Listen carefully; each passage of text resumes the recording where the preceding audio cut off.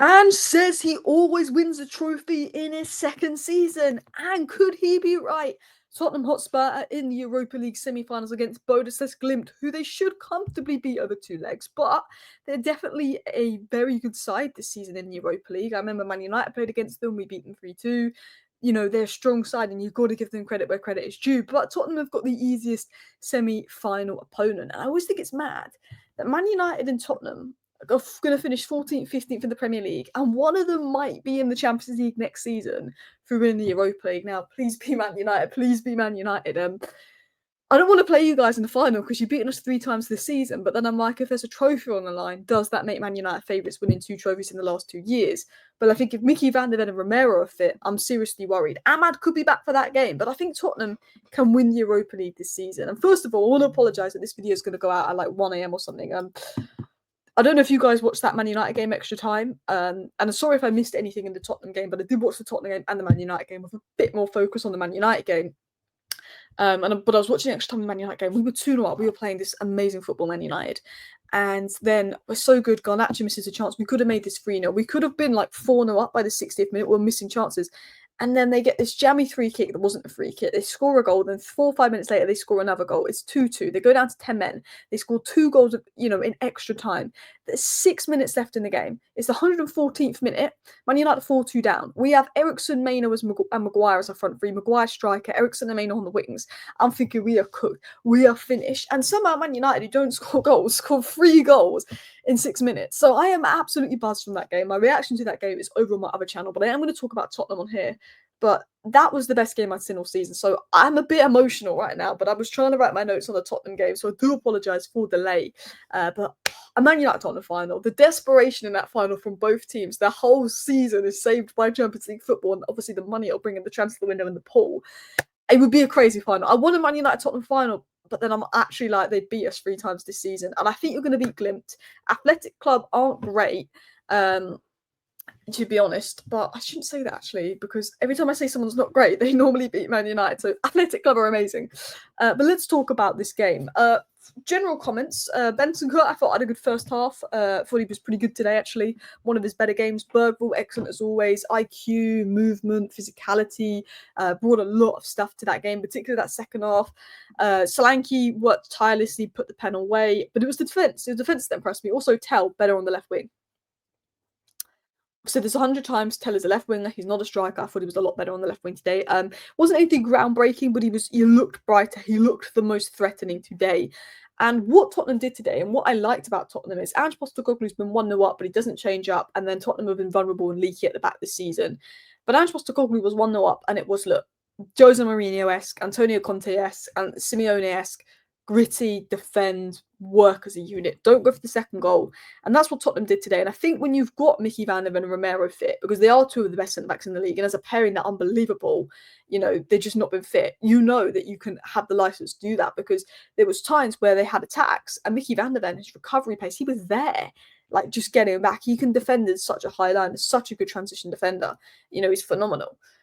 So let's talk about the semi-final. First of all, Tottenham deserved to go through, because I thought Tottenham were the better team in the first leg. I thought you were unlucky you didn't take your chances, and I thought you could have been easily 2-1 up going into that second leg. And I think away at Frankfurt are the favourites. They're having a decent season. Obviously, if they had Marmoush, that would have been even more worrying, but he's gone to City. But they had players like Hugo Ekitike, who didn't have a sniff in that game, really. I don't really remember him doing much. And a dangerous team. They're 3rd in the Bundesliga. Tottenham are 15th in the Premier League.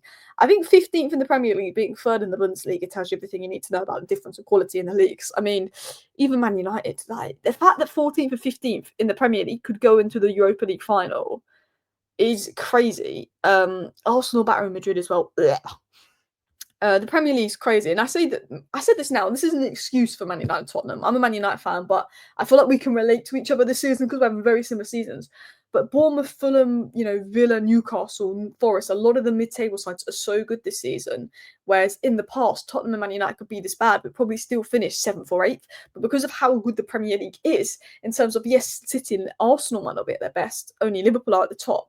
It's one of those seasons where Man United are 14th and Tottenham are 15th, because the Premier League's crazy quality.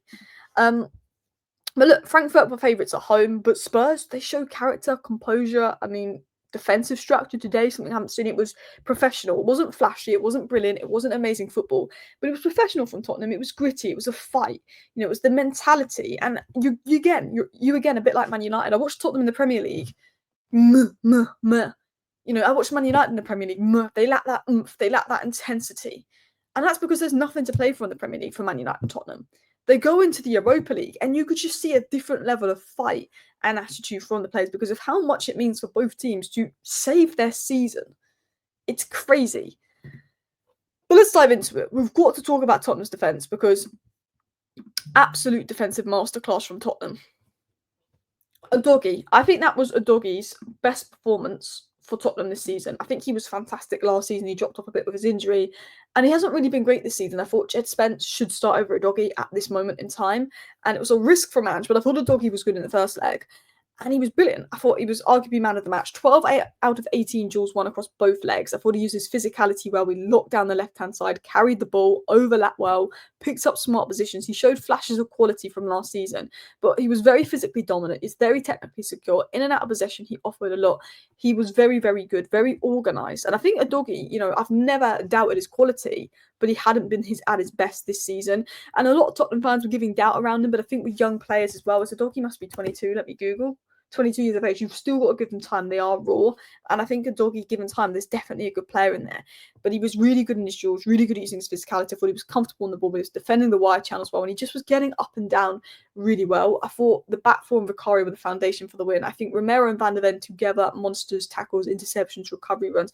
But Vicario was excellent. He made some excellent saves, and I thought Vicario and Romero were almost the core to that win in terms of they showed the leadership, they showed the experience, and that's what you need in these kind of games when you're 1-0 up and you're defending a lead and it's important. That's what you need, and that's what they brought today. I thought, they were fantastic. I thought the left-hand side was really, really good. I think you picked out smart positions. You showed flashes of quality from last season. I thought, you were physically dominant and very technically secure. And I thought Spurs were compact. They were disciplined. They defended like, prime Mourinho.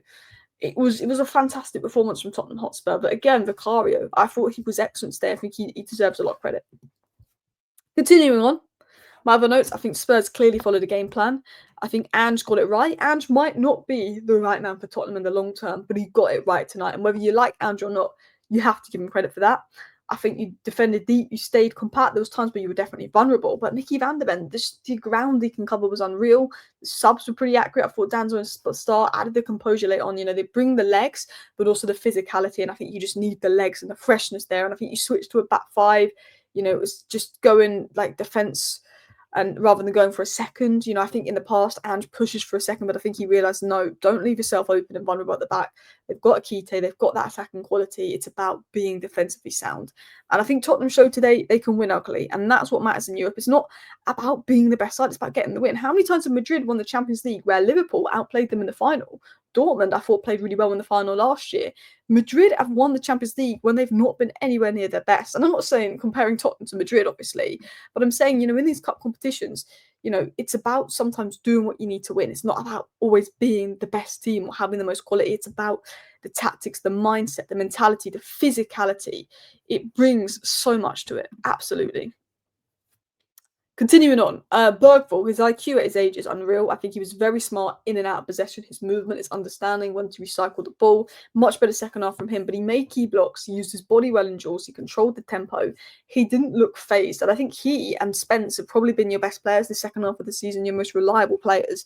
And I thought that he stepped up today, an 19-year-old kid, and he just looks a lot more ready and composed than your other players. I think Bentancur, very good first half. I thought Tell looked a lot better on the left, a lot more confident, the most dangerous attacker. And I think Solanke, he's not firing. Obviously, he scored today, first goal since January, but he has been injured. But I thought his work rate was crucial.